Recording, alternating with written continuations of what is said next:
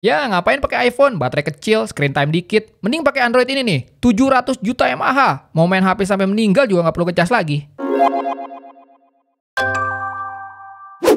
Di channel ini gue upload konten apapun yang gue suka. Gadget, fotografi, desain, dan marketing. Suka dengan tema tersebut? Subscribe dan nyalain lonceng notifikasi jadi nggak ketinggalan video berikutnya.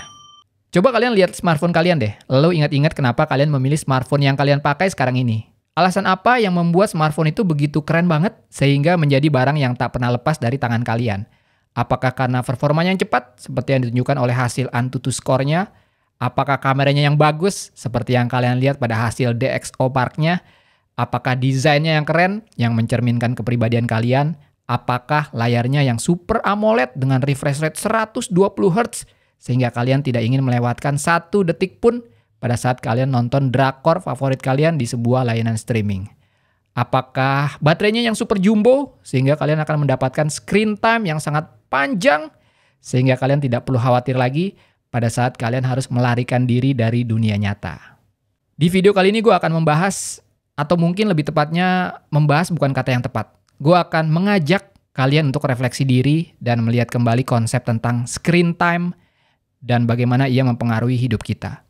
Mudah-mudahan ini bisa jadi pengingat untuk diri gue sendiri dan mungkin juga untuk kalian.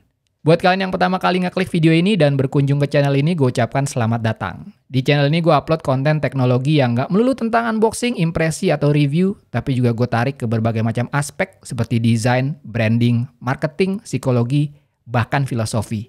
Mudah-mudahan jadi penyegaran dan menambah variasi konten-konten teknologi yang udah ada. Contohnya di video ini, gue mau bahas tentang screen time, tapi gue lihat dari filosofi dan psikologi kita sebagai manusia. Gimana? Asik nggak? Mari kita mulai. Kalau ngomongin screen time di smartphone, buat kita para tech enthusiast, itu menjadi salah satu ukuran untuk menilai performa dari smartphone kita. Bahkan di beberapa brand Android pun sudah mengeluarkan produk dengan baterai super jumbo yang tentu aja berujung kepada screen time yang panjang juga. Sedangkan Apple yang terkenal pelit soal urusan baterai, tetap mengandalkan inovasi, efisiensi, sehingga baterai dengan ukuran yang kecil pun bisa berujung kepada screen time yang panjang. Wajar lah ya, banyak hal yang ingin kita lakukan melalui smartphone kita, dan mungkin nggak akan habis-habis. Smartphone dengan baterai besar dan screen time yang panjang memang harus jadi standar dan keharusan di era sekarang. Dan kita pun bangga dengan pencapaian screen time kita yang panjang. Screen time yang panjang sama dengan HP gue keren. Tapi terus gue mikir, suddenly it's not about us human anymore. It's about our gadget. Gadget yang kita beli dan harusnya dibawa kendali kita, malah balik ngontrol kita. Screen time yang panjang umumnya dilihat sebagai prestasi atas performa gadget yang memuaskan. Padahal metrik yang sama bisa kita lihat juga sebagai berapa lama kita telah disandra oleh smartphone kita. Screen time HP gue tembus 8 jam dong, mantap. Iya benar. Atau wah, gue udah menghabiskan 1/3 hari gue untuk ngeliatin HP doang. Itu juga benar. Oke, sebelum lanjut lebih jauh, disclaimer dulu. Video ini nggak bermaksud untuk menghakimi siapapun, termasuk diri gue sendiri, karena most likely, skenario pemakaian smartphone gue pun sama kayak orang kebanyakan.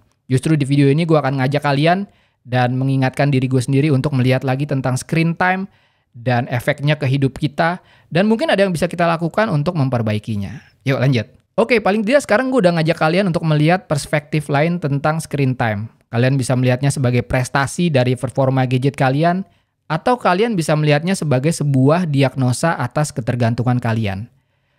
Mari kita masukkan sebuah counter argumen pada premis ini. Ya, tapi kan gadget nggak pernah maksa kita, itu semua ada di kontrol kita. Yes and no.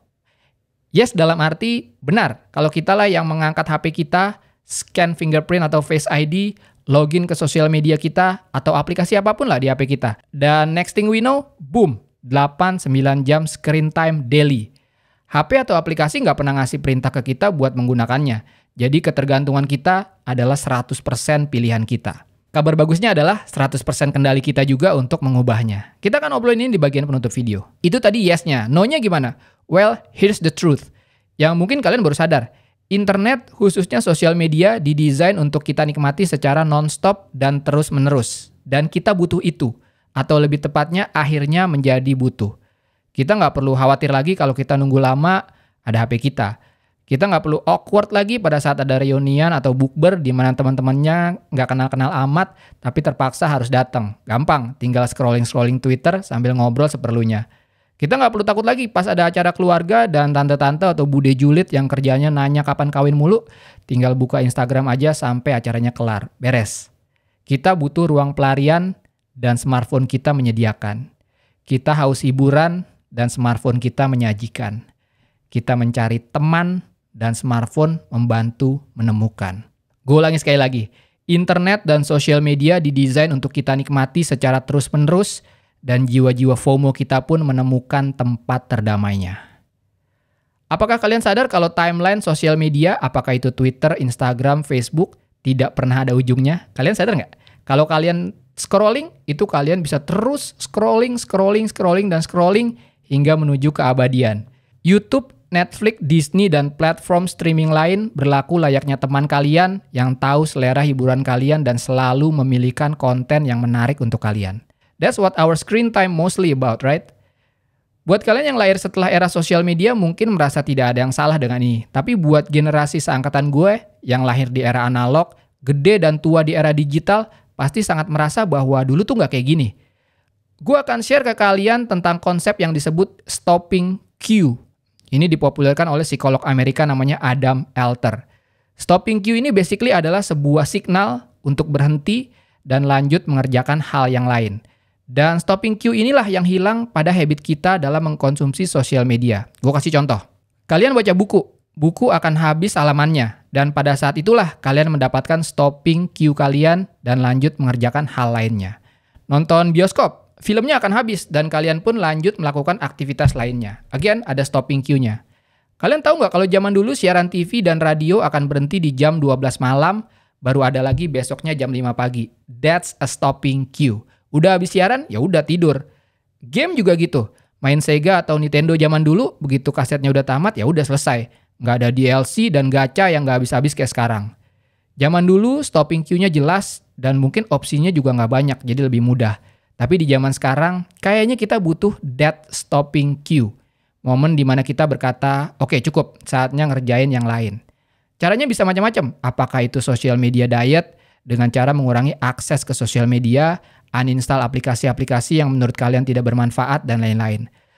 Tapi karena bahasan kita sekarang adalah tentang screen time, gimana kalau kita reverse engineer dan balik mindset kita tentang screen time?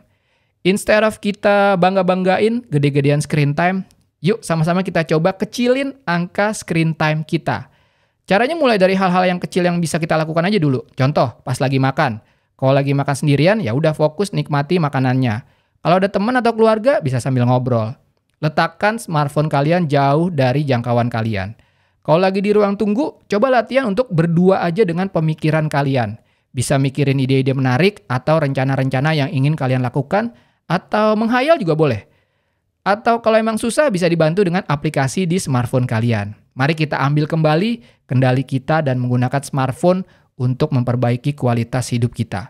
Ada aplikasi-aplikasi seperti Digital Wellbeing yang bisa kalian gunakan untuk menentukan target screen on time kalian hari ini berapa jam, atau Focus Mode, di mana kalian bisa mengatur kapan harus kerja dan kapan harus me time.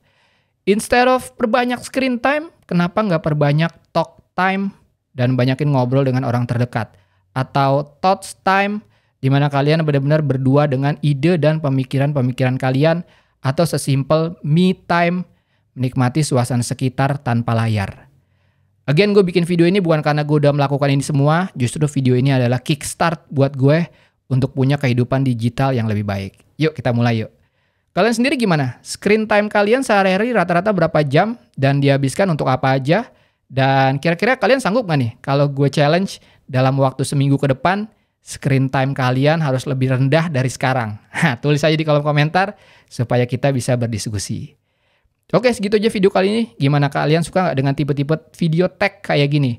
Yang membahas teknologi dari sisi lain dan sisi humanismenya. Jangan lupa like kalau kalian suka, dislike aja kalau nggak suka. Follow Instagram gue Tangan Belang, cek link di deskripsi untuk informasi lebih lanjut tentang video ini. Thanks for watching, I'll see you next time.